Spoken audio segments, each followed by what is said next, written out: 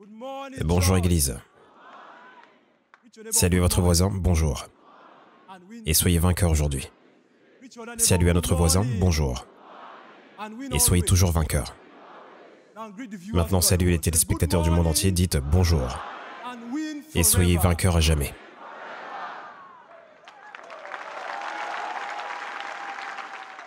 Vous pouvez vous asseoir. Oui, téléspectateurs du monde entier. Et vous qui nous regardez en direct sur Emmanuel TV. Je vous salue tous, Emmanuel. Dieu est avec nous. Je m'appelle Joseph Ayodele. Et je suis ici aujourd'hui, par la grâce spéciale de Dieu, pour partager avec vous l'évangile de la grâce de notre Seigneur et Sauveur personnel, Jésus-Christ. Je veux remercier Dieu pour la vie de mon mentor, mon Père dans le Seigneur, le prophète T.B. Joshua.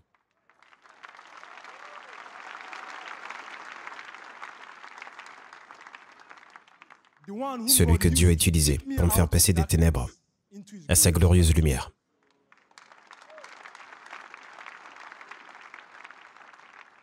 Le prophète des générations à venir.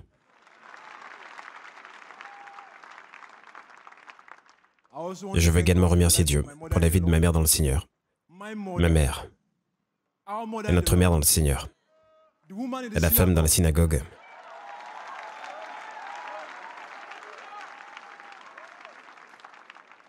et notre mère, Evelyne Joshua.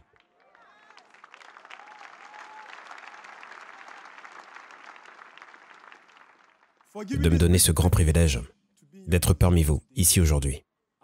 Et je donne toute la gloire au Dieu de mon mentor, et le prophète T.B. Joshua. Que son nom soit loué à jamais.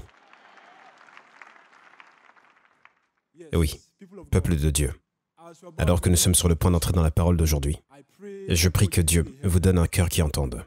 Et je prie qu'il ouvre votre cœur à sa parole au nom de Jésus.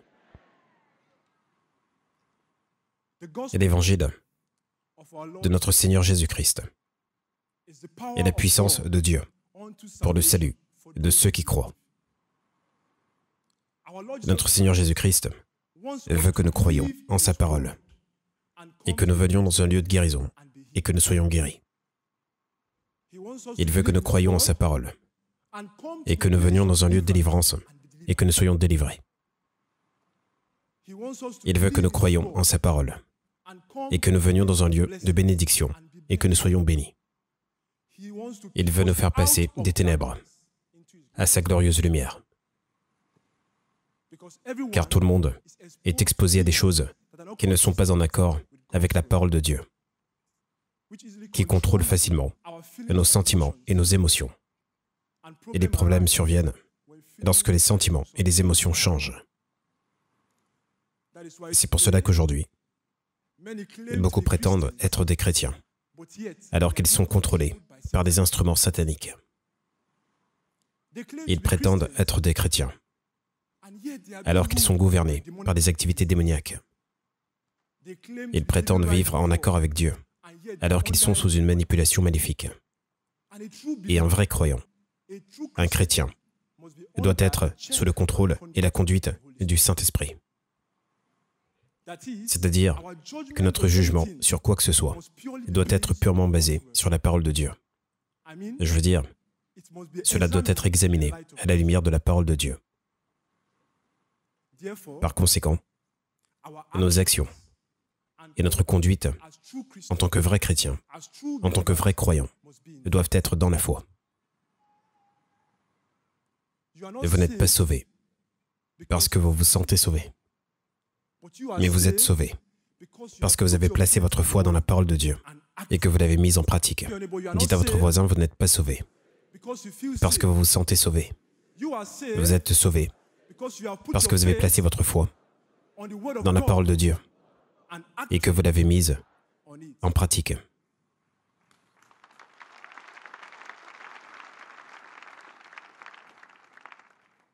Et ceci nous amènera à notre message d'aujourd'hui, intitulé « La foi de Dieu ».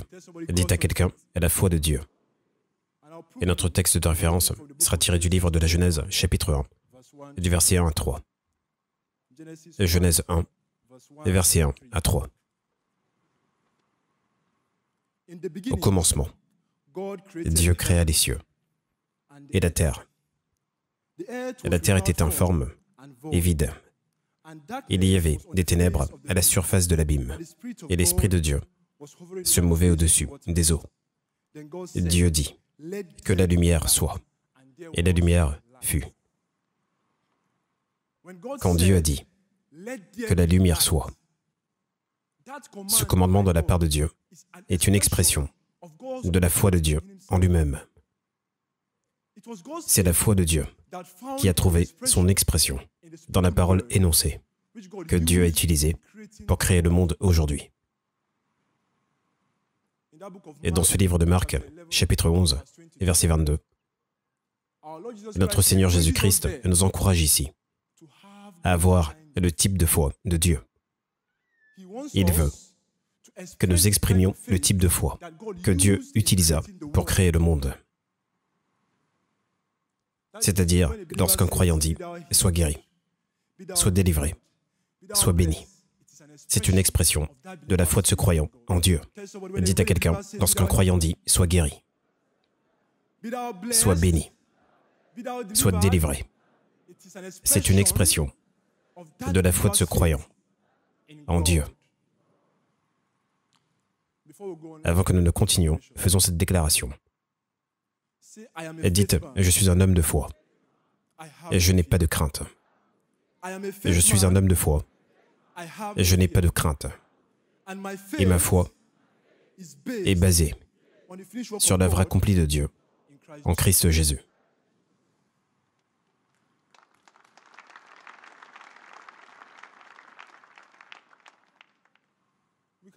Et nous ne pouvons pas parler de la foi de Dieu sans connaître la définition du mot foi. Peuple de Dieu, qu'est-ce que la foi? Il y a tant de définitions ici et là de la foi de Dieu. Mais rappelons-nous ceci, que la Bible est le standard de la vie chrétienne. Montrez-moi votre Bible. Puis-je voir votre Bible? Dites à votre voisin, la Bible. Et la Bible est le standard de la vie chrétienne. Une fois de plus. Et donc, ouvrez la Bible avec moi au livre des Hébreux, et nous tirerons notre lecture du livre des Hébreux 11, versets 1, 3 et 6. Or, la foi est une ferme assurance des choses qu'on espère, une démonstration de celles qu'on ne voit pas. Pour l'avoir possédée, les anciens ont obtenu un témoignage favorable. C'est par la foi que nous reconnaissons que le monde a été formé par la parole de Dieu, en sorte que ce qu'on voit n'a pas été fait de choses visibles. Verset 6. Or, sans la foi, il est impossible de lui être agréable, car il faut que celui qui s'approche de Dieu croie que Dieu existe et qu'il est le rémunérateur de ceux qui le cherchent. Alléluia. Alléluia. La foi est l'assurance inébranlable dans la réalité du monde encore invisible. La certitude des promesses de Dieu non encore accomplies. Une démonstration des choses qu'on espère. Une ferme assurance de ce que Dieu nous a promis en Christ Jésus. Dites à quelqu'un, la foi est une démonstration des choses qu'on espère. Une ferme assurance de ce que Dieu nous a promis en Christ Jésus. La foi est au présent. Elle agit maintenant. Elle croit maintenant. Et elle reçoit maintenant. Notre Dieu est un Dieu de maintenant. Il guérit maintenant. Il délivre maintenant. Il bénit maintenant. Il sauve maintenant. Qu'une personne dise maintenant. Maintenant. Rappelez-vous que ce monde n'a pas été construit à partir de ce qui était visible. mais a été construit à partir de ce qui était invisible. Et si Dieu s'était appuyé sur ce qui était visible pour créer le monde, il n'aurait rien eu à quoi se raccrocher. Mais ce sur quoi Dieu s'est appuyé pour créer le monde était la foi en lui-même, qui était invisible. C'est-à-dire, ce que l'on voit, ce qui est visible, est venu à l'existence, est venu à la réalité, à partir de ce qui était invisible. Et lorsque je dis ce qui est visible, qu'est-ce que j'entends par cela? Tout ce qui fait appel au sens. Ce que nous pouvons voir, ce que nous pouvons entendre, la capacité à parler. Vous et moi sommes des produits de la foi de Dieu. Dites à votre voisin, vous et moi. Vous et moi sommes des produits de la foi de Dieu. C'est-à-dire ma tête, mes épaules, mes genoux, mes orteils, ma tête, mes épaules, mes genoux, mes orteils, ma tête, mes épaules, mes genoux, mes orteils. Ils appartiennent tous à Jésus.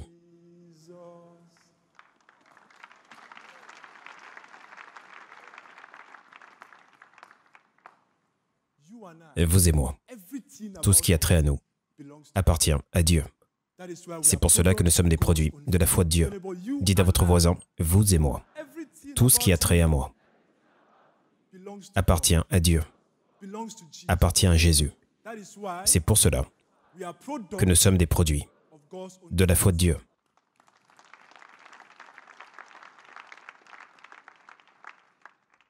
Rappelez-vous, ce qui est visible est venu à l'existence à partir de ce qui était invisible au travers de la foi. Ce qui est visible est venu à l'existence à partir de ce qui était invisible au travers de quoi? De la foi. Par conséquent, ce qui est invisible est la base de la foi. Et si vous devez avoir une relation avec Dieu, vous devez avoir foi en Dieu, car Dieu est invisible. Et la Bible dit dans ce livre des Hébreux, chapitre 11, verset 6, que sans la foi, il est impossible d'être agréable à Dieu.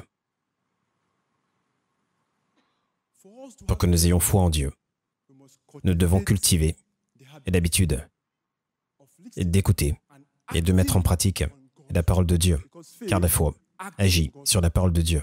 Qu'une personne dise, la foi agit sur la parole de Dieu. Et si nous prétendons avoir foi en Dieu, alors nous devrions avoir confiance dans la capacité de Dieu à nous guérir, à nous bénir, à nous sauver et à nous délivrer. Aujourd'hui, beaucoup d'entre nous prétendent avoir confiance en la capacité de Dieu, mais nous ne faisons cela que lorsque les temps sont bons. Et vous les entendez dire, « Je suis béni par le Seigneur, je suis un vainqueur, je suis victorieux. » Mais dès l'instant où survient un problème, ou des circonstances inquiétantes, ils changent leur confession. Mais même au milieu des épreuves, des tentations et des circonstances inquiétantes, peuple de Dieu, maintenons notre confession dans la capacité de Dieu, car elle est immuable. Et le résultat, ou le produit final, est du maintien de notre confession dans la capacité de Dieu. Elle n'est pas seulement émotionnelle, mais elle affecte le domaine ou l'état d'esprit.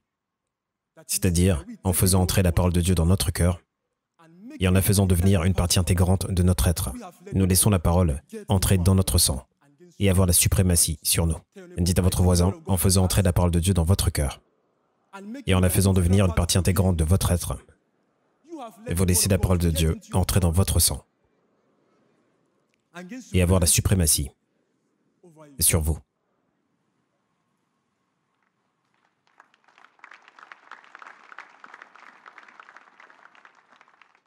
C'est pour cela qu'aujourd'hui, un homme pourrait paraître pauvre et pourtant être heureux, car il sait que son Dieu pourvoira à tous ses besoins, selon sa richesse, avec gloire.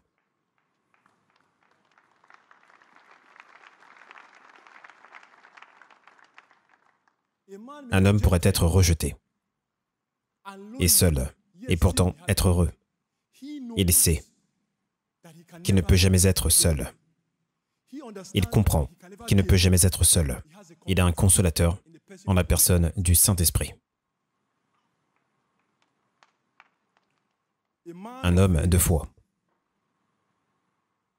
Et même au milieu d'épreuves, de tentations et de circonstances inquiétantes, il n'est pas inquiet, car il sait que ceux qui sont avec lui, qui combattent pour lui, que ceux qui sont avec lui, qui soutiennent sa position, qui se tiennent debout pour lui, qui prient pour lui, sont en plus grand nombre que ceux qui sont contre lui.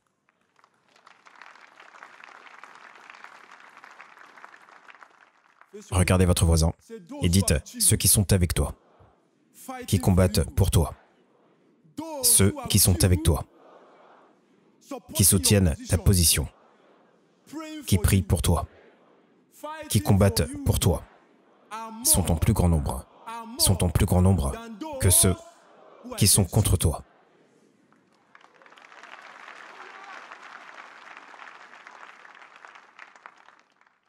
Maintenant, regardez votre voisin et dites ceux qui sont avec moi, qui se tiennent debout pour moi, ceux qui sont avec moi, qui combattent pour moi, ceux qui sont avec moi, qui soutiennent ma position, sont en plus grand nombre, que ceux qui sont contre moi.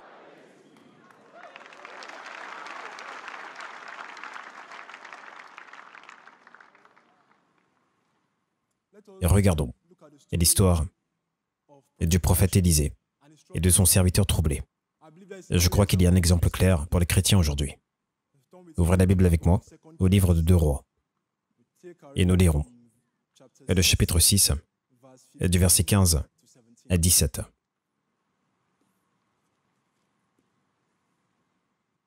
Êtes-vous prêts? Et le serviteur de l'homme de Dieu se leva de bon matin et sortit. Et voici, une troupe entourait la ville, avec des chevaux et des chars. Et le serviteur dit à l'homme de Dieu, « Ah, mon Seigneur, comment ferons-nous » Il répondit, « Ne crains point, car ceux qui sont avec nous sont en plus grand nombre que ceux qui sont avec eux. » Élisée pria et dit, « Éternel, ouvre ses yeux pour qu'il voie. » Et l'Éternel ouvrit les yeux du serviteur qui vit, et la montagne pleine de chevaux et de chars de feu autour d'Élisée. Lorsque je dis « ceux qui sont avec vous », je veux dire ceux qui veillent sur vous. Je veux dire ceux qui vous dirigent, qui vous guident, sont en plus grand nombre que ceux qui sont contre vous. Dites à votre voisin, ceux qui sont avec toi, qui veillent sur toi, ceux qui sont avec toi, qui te dirigent, qui te conduisent, sont en plus grand nombre que ceux qui sont contre toi.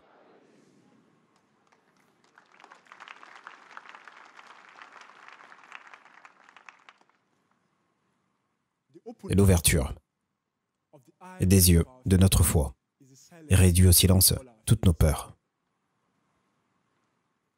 Et dans le cas du serviteur du prophète Élisée, il avait peur à cause de la troupe de soldats qui les entourait. Mais lorsque l'homme de Dieu pria pour que les yeux de sa foi soient ouverts, cela réduisit au silence toutes ses peurs.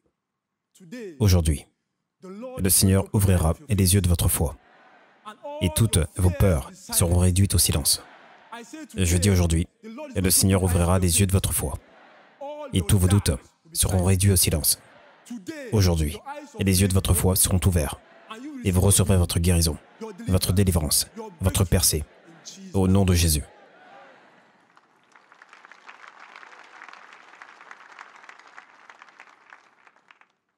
Un homme qui travaille, qui agit, qui vit dans la foi de Dieu. Elle ne travaille pas par les sentiments, car il sait que les sentiments et les émotions sont susceptibles de changer quand des problèmes surviennent, car ils ne sont pas en accord avec la parole de Dieu. Et pour que la foi soit constante, elle doit être basée sur quelque chose de plus stable que les sentiments. Dites à votre voisin, pour que la foi soit constante, elle doit être basée sur quelque chose de plus stable que les sentiments. Peuple de Dieu, comment avoir la foi de Dieu? Je veux que nous nous rappelions de ceci, que la parole de Dieu est le fondement de la foi de Dieu. Et donc, nous devons lire la parole de Dieu avec toute notre attention et notre dévotion, car je suis ce à quoi je donne mon attention, et vous êtes ce à quoi vous donnez votre attention. Dites à votre voisin, lisez la parole de Dieu avec toute votre attention et dévotion, car vous êtes ce à quoi vous donnez votre attention, et je suis ce à quoi je donne mon attention. C'est par l'écoute, l'audition et la lecture de la parole de Dieu que vient la croyance. Et lorsque la croyance vient, et la confiance vient, à travers la confiance, on acquiert de l'assurance. C'est-à-dire que nous devons agir dans la croyance, en ayant une confiance totale dans la capacité de Dieu à nous guérir, à nous bénir, à nous sauver et à nous délivrer. Et en faisant cela, on acquiert de l'assurance dans la parole de Dieu, en sachant que notre situation est pour la gloire de Dieu, en sachant que notre situation n'est pas destinée à nous détruire, mais à nous améliorer. Nous ne devrions pas permettre à notre situation de contrôler notre direction, mais de laisser le contrôle à notre foi en Dieu. Dites à quelqu'un, ne permettez pas à votre situation de vous contrôler, mais laissez le contrôle à votre foi en Dieu. Tout comme Paul et Silas, bien qu'ils étaient enfermés en prison et enchaînés, et leur situation ne les a pas empêchés de louer Dieu. Tout comme Shadrach, Meshach et Abednego, en dépit des pressions du roi Nebuchadnezzar, de ses soldats et du feu, leur situation n'a pas changé leur confession. Qu'il les sauve ou non, il est leur sauveur. Qu'il les délivre ou non, il est leur libérateur. Tout comme Daniel dans la fosse au lion, notre situation est destinée à montrer la puissance et la puissante protection sous laquelle nous sommes. Dites à votre voisin, ta situation est destinée à montrer la puissance et la puissante protection sous laquelle tu es.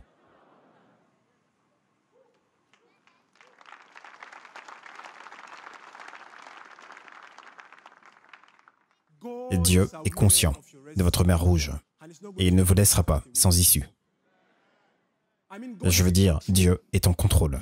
Il est conscient de vos problèmes. Et aujourd'hui, il ne vous laissera pas sans solution. Il est conscient de toutes vos maladies. Et il ne vous laissera pas sans guérison aujourd'hui. Il est conscient de votre pauvreté et de votre revers. Et il ne vous laissera pas sans bénédiction et percée. Jésus-Christ est la solution à tous les problèmes fondamentaux de la vie. Peuple de Dieu, tout ce que nous avons à faire est d'agir sur la parole de Dieu, au travers de la foi, en ayant confiance, en écoutant la parole de Dieu, en acquérant de l'assurance dans la parole de Dieu. Et en faisant cela, nous agirons sur la foi de Dieu. Et c'est le seul type de foi qui durera. Et lorsque nous nous y tiendrons, nous nous tiendrons sur le roc solide de notre Seigneur Jésus-Christ. Je veux vous laisser dans la foi. Et je prie de vous retrouver en train d'agir, de marcher et de vivre dans la foi de Dieu. Et aujourd'hui sera votre jour de rencontre divine au nom de Jésus. Que Dieu bénisse sa parole au sein de votre cœur, au nom de Jésus.